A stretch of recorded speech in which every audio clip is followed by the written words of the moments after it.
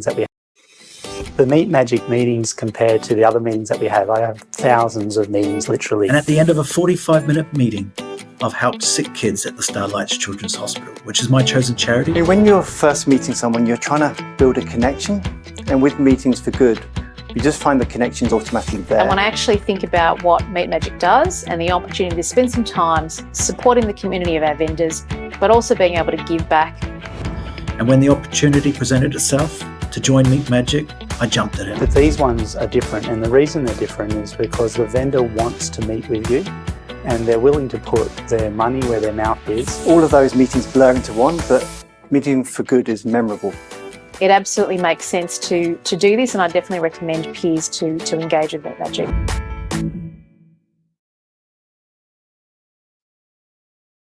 How good is that? Well, it's Thursday already. Okay, so for those that maybe don't know, I'm going to take this podcast a little bit different today. I was told that no one knows about my journey and that I need to tell it. They told me that that's the way that businesses connect with the personal journey. So for those that maybe don't know, I was raised in multiple council houses in the 70s with my Ruth Tyler dad and his new Jamaican wife who had 4 kids of her own. I was the only white one. They're my family now. I left school at 15. I left home at 16. I became a dad at 19 to Ashton.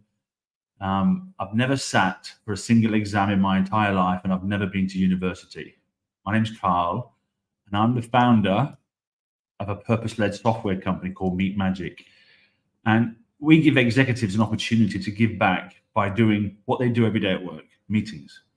So the Magic Room podcast literally aims to showcase purpose-driven leaders and change makers. And it's my way to share their story because, like me, everyone's got one. And so if you're a leader and you want to be a guest on my show, you'll find a link in the post. And it's a tool to call what we call the Magic Mind Card. So see if you can pass the test and come and join us. And I'm very blessed now, because Liz always said that I was blessed, but I think she's blessed. But I'm very pleased to host Elizabeth for you today. Liz is the CEO of a company. It's a retail group called Happytel. So let me add Liz to the stage. Yay! Oh, she's gone. Liz, your camera's off. Where are you? Come back. Oh, no. We lost her. Technical gremlins. Liz is on a Mac, so that doesn't mean anything, but we'll be back in a minute. So Liz and I met, how many years ago? Would have been 3, maybe 4 years ago when it was the Starlight Children's Foundation CEO. Hold on. Here we go. Hi. Liz, hi. What happened? You got kicked out? Yeah, that's okay. I found my way back. It's okay. Nice to see you. Hi. It's been quite a few weeks. I know I was just saying before you came back on, we met a couple of years ago, and it was the beginning of this journey called Meet Magic. And I think you were on my table at the Starlight CEO breakfast. Is that where we met? Yeah, that's where I met you. And I think Andrew Madazak was on my table.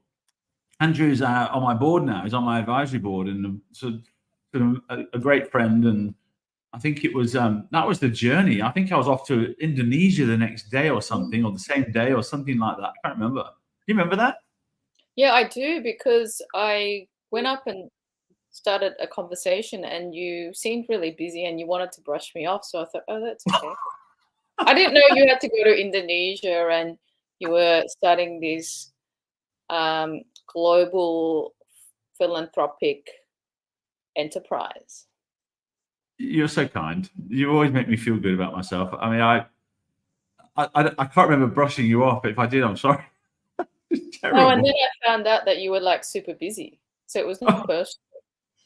Well, I think the perception. I think I was trying to get this thing off the ground, and it was the very, very early days. But I remember, I think we just started the partnership with Starlight, so I was kind of excited about that. And we've since gone on and given them $1 million, which is kind of nuts. So anyway, this little podcast is all about you, not me.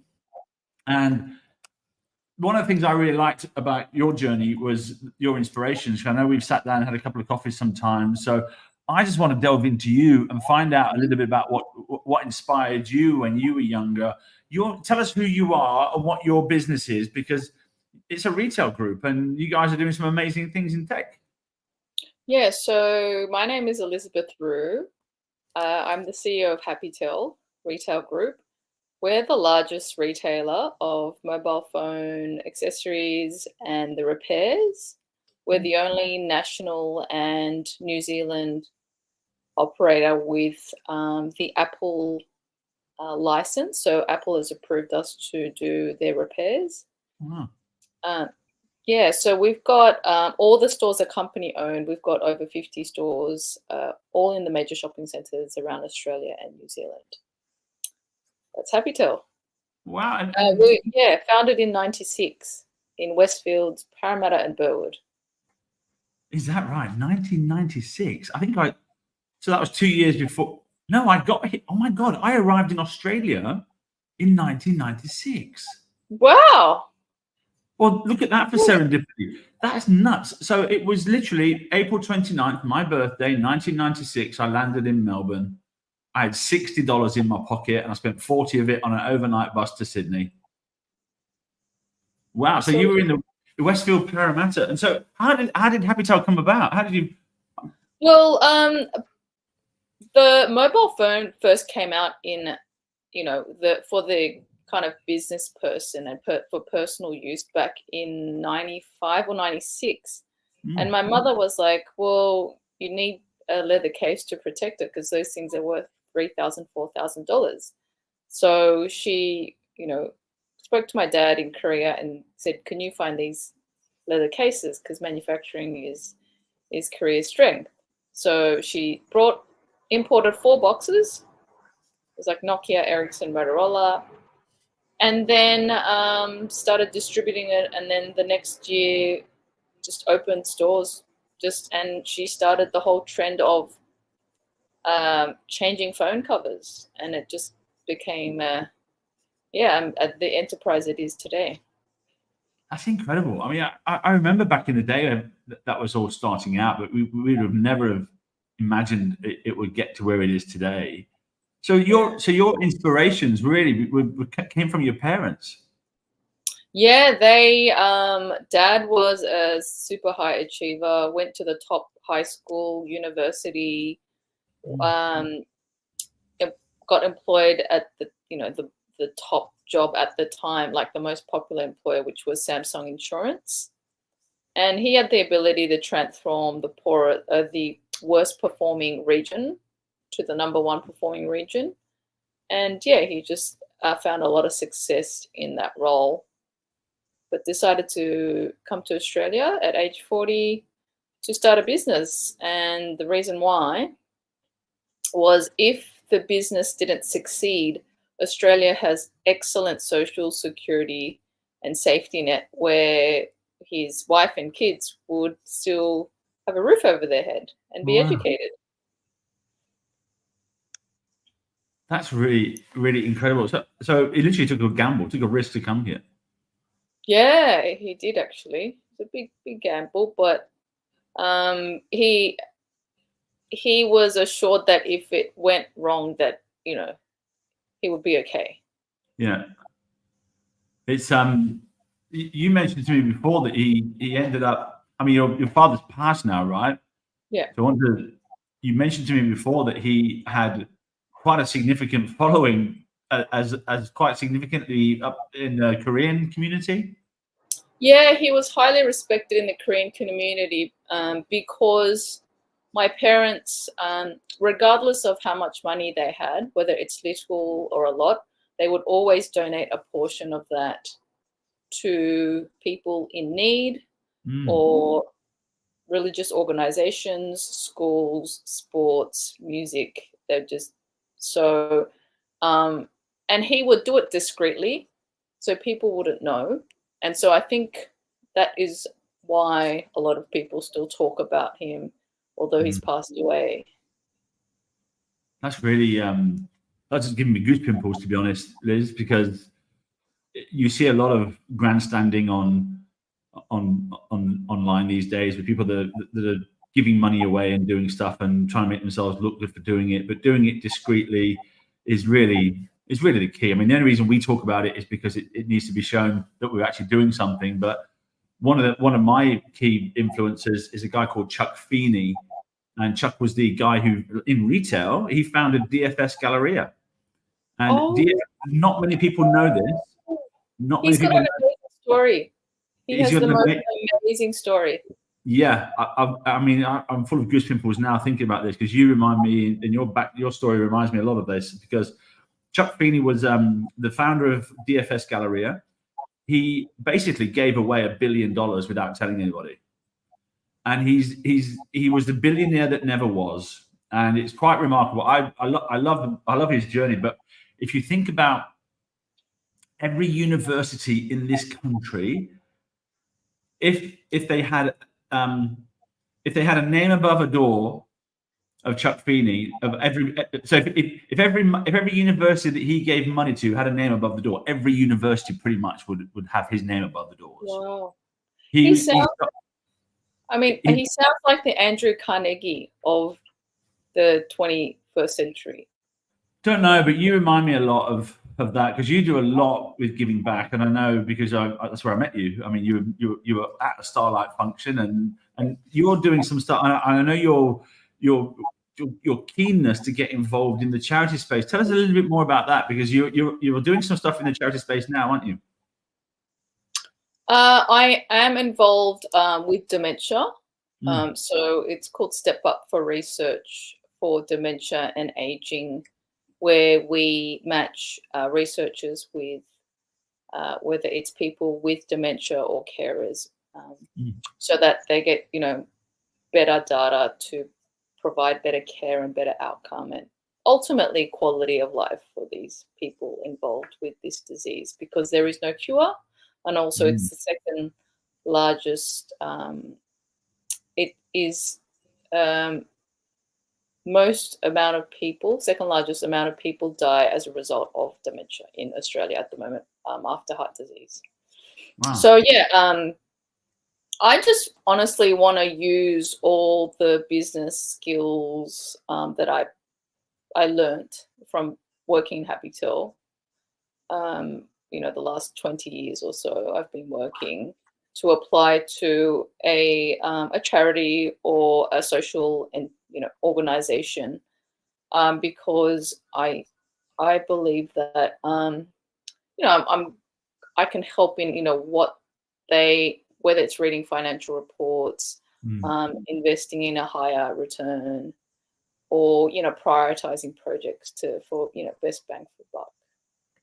And you must have gone through it all. I mean, you've gone from having no stores to over 50, probably having no staff to how many staff in Happytel now? We've got about 350. Yeah, we had over 75 stores, some in the US. So we had a much bigger business, but we had to right size through COVID and the current economic times. What was that like going through? I want to come back to dementia in a minute, but I'm ADHD, so I'm going over there. Yeah. What was it like during COVID for you? A lot of uncertainty, because and also making decisions on a whim. So whereas usually you look at the data, you tick kind of a lot of the boxes, and then you make a careful kind of decision. And then, or you might pilot something before you end up rolling something out. But in the case of COVID, because everything was unknown, but still we had to kind of work with what we had, and expenses were still ongoing, such as we had to pay rent, 50% rent on the shopping centre leases, although we couldn't open because of the government regulations. So look, we had racked up, I think, about $2.5 million in just rent debt. So that was really difficult when we opened. when things went back to normal, we had to run the business, pay off this debt, and still try to grow the business at the same time. Wow. So there, I mean, we, for the first time in our company's history, we had to make some redundancies. For the survival of 350 staff, we had to let 5 people go. Like 5? Yeah. As in 5? 1, 2, 3, 4, 5. Yeah. I mean that's I'm stuck for words, because you look at what's happening today in the software world and the tech world. There's hundreds. I think PwC just let 350 go. Yes. I saw that. Yeah. You know, there's but for 5, that's incredible. I mean, there's obviously a lot of uncertainty going around during COVID. So you didn't actually make money like Jerry Harvey then? No, we didn't have the luxury of that. So that's why we had to really look at our business and look at our management reports to see what was working, what was just a cost to the business without producing any income, and then what we planned to, what was actually going to keep our business sustainable. It's basically we were in ICU, I guess. We were in intensive care.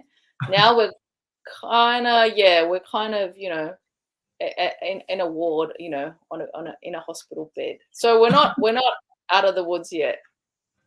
Yeah. But it's where do you see? It's probably a good segue actually into this the next sort of phase of this talk, but into the future and future trends for mobile and stuff. But let me just go back to the dementia stuff again, because this for me is a fascinating area. I was recently in Melbourne at a show, and they had virtual reality glasses there. Dementia was there as a stand, and just to give people a taste of what dementia looks like. And for those that don't know, it isn't just about forgetting things and losing your mind and forgetting who your family are. It's way more than that, which I actually didn't realize, and was completely shocked by what I was seeing through these virtual reality glasses. Simple things like the design of a building, the way a toilet is laid out, the way wallpapers and walls are colored, even down to the color of your quilt cover, or what do you Australians call it, doonas? So even down to the doonas, because if they've got squiggly lines on, well, that could appear like snakes and freak out people with dementia, which I had no idea until you actually saw it. And it's like, wow. And often you see people with dementia reaching for things that aren't there because they're hallucinating, and they're seeing these things that are actually not there because the carpet is moving. So design perspective, the dementia patients really need clean lines, and they need plain colors. Otherwise, it's like walking into a war zone for them, which I have no idea. True. Yeah, it's very broad, and people need to know what to look out for to find the right care, because there's no cure for dementia. It's really quality of life, and we can make these changes. It's just we don't know. So I think it's just there's a huge education piece around dementia, I think. Yeah, totally. And it's an admirable cause to get involved with. And if there's anything we can do to help in that, I mean, obviously we turn business meetings into funds for charity, and dementia is not one of our charities that we're supporting at the moment. So, you know, we could look at doing that and making something in that space. We're actually about to look at putting digital cards on our platform. So when, for example, you have a meeting through the platform, we'll give you a digital card, which you can, that'll be a digital card loaded with money, which you can just then donate to a particular charity that you care about. So, oh wow, okay, yeah. So it's just sort of taking it into the next generation of giving, basically. So where do mobile phones go from here, Liz? Because I mean, you talk about growth, and I'm looking at sales of Apple phones flatlining and not necessarily growing in their area, because they're selling more services now. You know, Apple Cloud, Apple Music, Apple Movies, all these sort of things. So they're moving into the services space. So where do you see that tech trend going? Well, I still think that people can't live without phones. The population is growing, and we're more attached to the phone. So we're not just all on Instagram and on these social media apps. They are being used for business. They're being used for dementia, say training nurses around how, like, what to look up for dementia patients. It's used by our staff to clock in and clock out, to do their rostering. It's essentially a handheld computer, really, that's super powerful. Yeah. So, and I know that businesses are now, can get you to check out, like as in pay for things in a store just by having their app. So and New South Wales, the government has the driver's license as an app as well, and that's being accepted. So I think in terms of the adoption and the usage, it will only get higher, I guess, as the years go by. Yeah, we'll just be more reliant on the device. You must have seen technology. I mean, having stores. I mean, obviously the things have changed inside the store from a technology perspective, right? I mean, you've gone from the point of sale. You got, I think 10 years ago you didn't have Albert or Square, and now all of a sudden, everybody that's begging for money on the street's got a Square app these days, which is kind of crazy. So, where do you see sort of, what kind of emerging technologies do you think are going to have an impact on your industry over the next 5 years?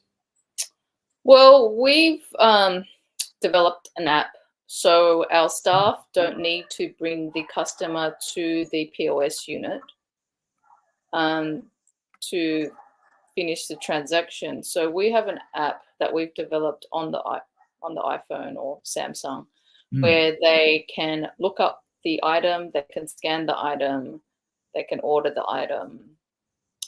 So in terms of that, we're catering more for the customer in that respect. So we're trying to make the whole retail store experience really seamless and even therapeutic. So for them to feel good, they'll want to come back in 2 weeks' time. Yeah, well, totally. It's all about the experience, right? I'm more interested in you and how you've grown as a person over these couple of decades that you've been doing this as a leader. I mean, what are some of the things that you've learned along the way as someone that went into this thing with hardly any staff, to building up a team of 350 odd people? I as a small business owner, I see the changes and the challenges that come along with having the right staff, the right bums in the right seats, doing the right things at the right time. And that's a challenge because it goes through these phases. How do you manage that, Liz, when you're scaling up a company like that?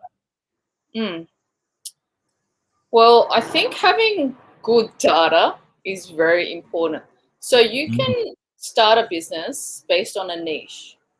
So you identify there's a problem in the market, you can provide the solution, you set up shop, you get all these customers, and you can only build it to a certain point as a small business. And then you got to create systems. And you need a good database to get all the information and then be able to pull out reports. And that's kind of the only way you can scale up and have like a pretty professional organization. And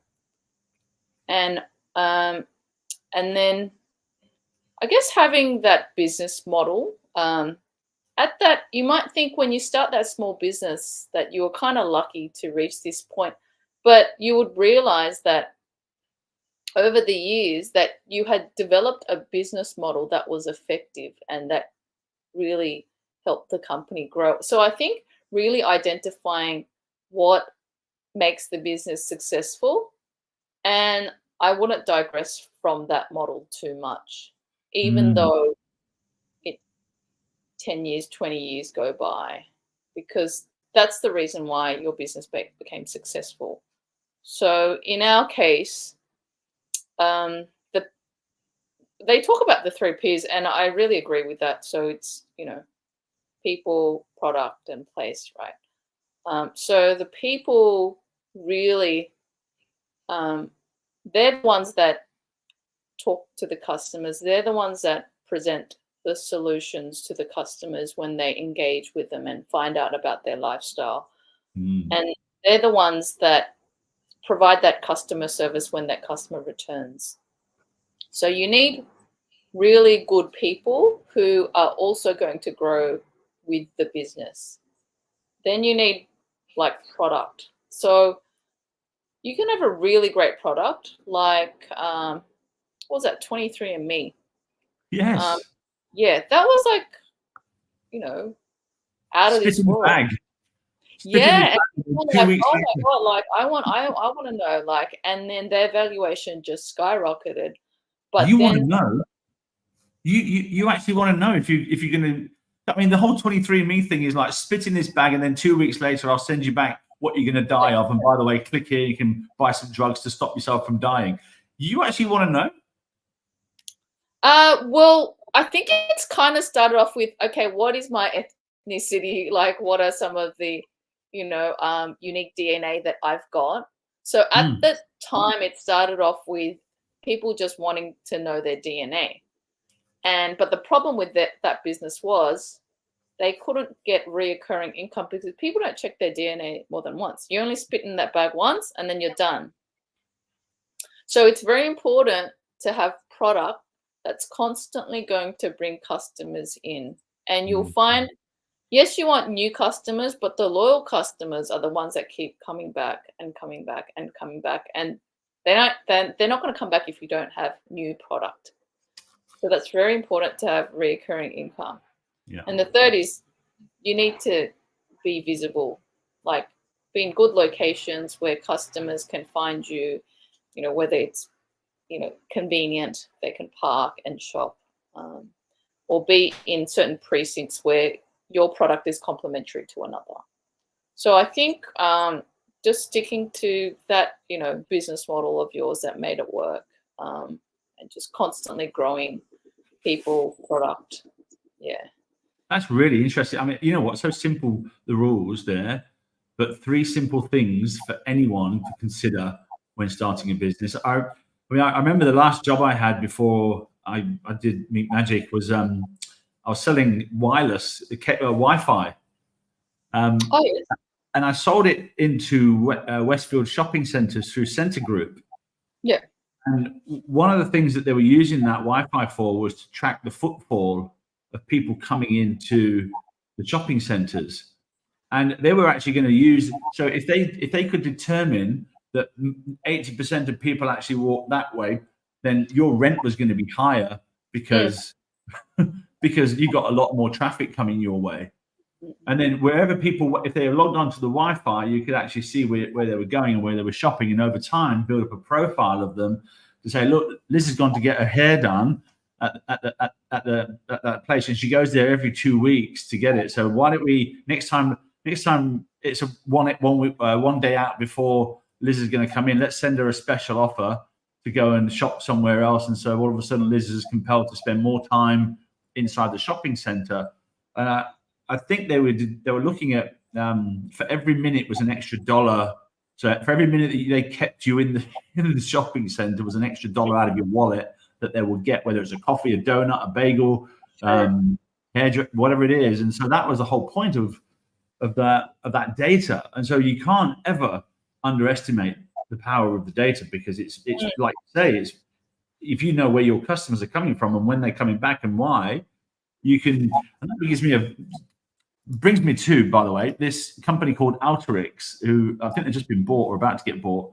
But one of our very good clients, actually, been with us for 3 years, I think now, which is kind of crazy. Catherine Wong, if she's listening, big shout out to Catherine, who's been a great supporter of ours. She's the head of marketing for Alteryx. They're a big global tech company, but they are working with the biggest brands on the planet.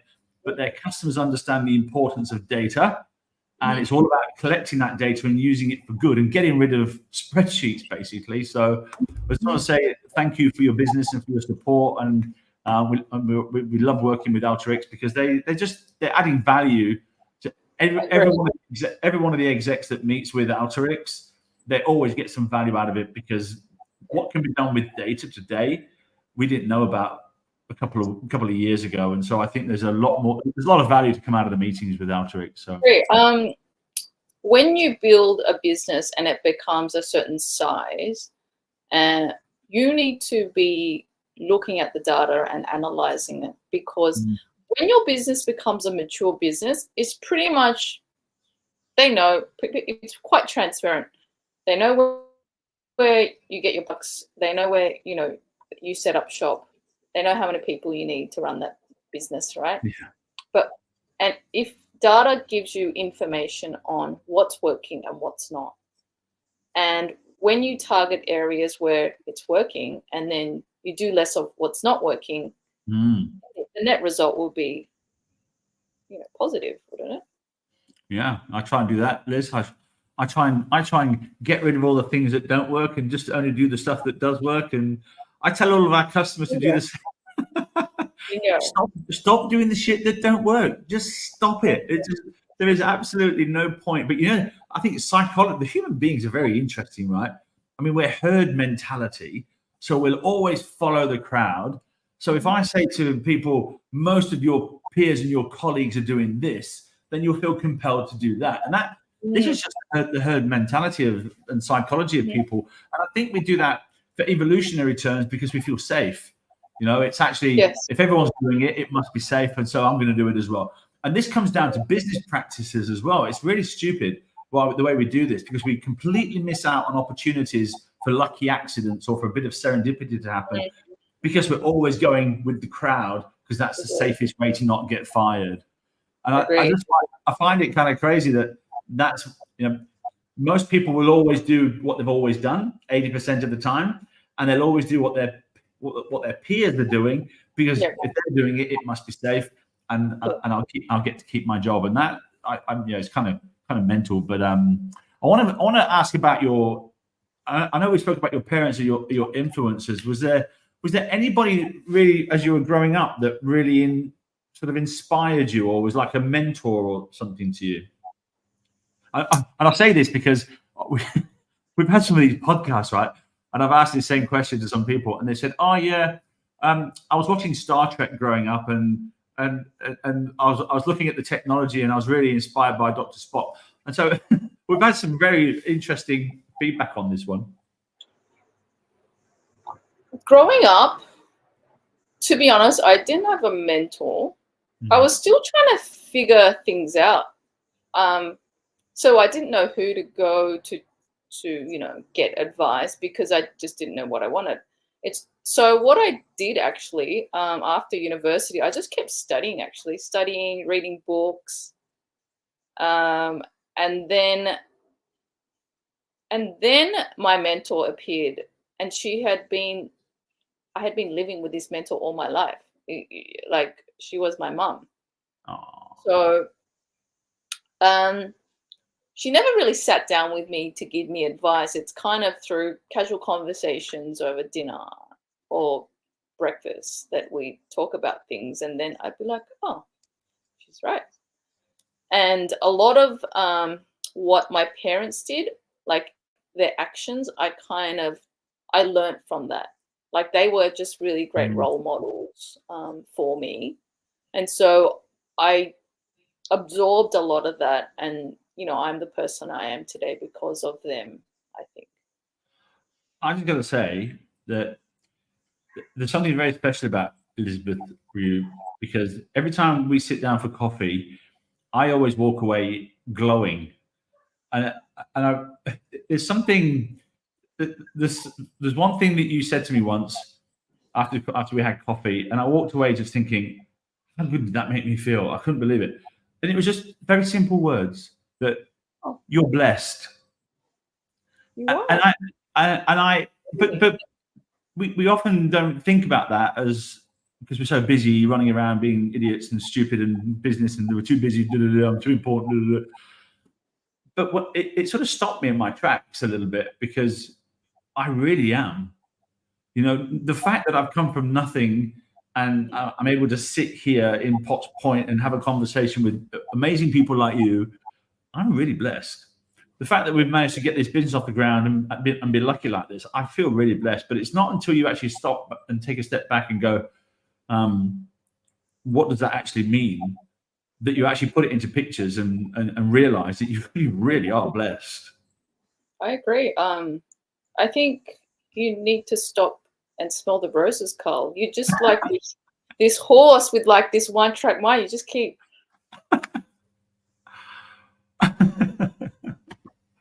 We're on a mission, Liz. I've got my goal, like Chuck Feeney. I would love to get $1 billion to give away, but it's 250 million before 2030. That's what I want to give away. To do that, I need 10,000 Elizabeths to come and join us on the platform and have one meeting once a month. I mean, it's 45 minutes on a video call like this once a month, and we can give hundreds and hundreds of millions of dollars. That's my goal. You will achieve it, because what you have is two birds with one stone, really. Like the exec always has meetings, right? So you're just scheduling a meeting. So they're not doing anything different. They're not giving, they don't feel like they're giving up anything, right? But at the same time, they are donating so much money. So it's just purely, I think it's a matter of awareness. If people know this, of course they'll join. It's just they don't know. Exactly. Liz, I can take this conversation for another 4 hours, but it's been over half an hour now. But I want to end it because it's been very, very, very, very nice. I normally end it with some Socratic questions. I don't even know what that word means. I Googled it. What is that word? Sorry. Socratic. Okay, I'm an immigrant, so I think they call it rapid fire. So don't get nervous. Just 3 or 4 questions, right? So I'm going to ask you a question. First thing that comes into your head, okay? And this is probably a stupid one to start with. Texting or talking? Talking. And this is going to be easy for you. Say something in an Asian language. Annyeong. Do you respect Kanye West? No. What time do you have dinner? 6:30. Yeah, if you live in Hunters Hill, you're gonna kind of match everyone else's time. Everyone here is around 80 years old, so I have it really late compared to them. They have it at 5. Sounds like God's waiting room. On a scale of 1 to 10, this is no reflection of your ethnicity.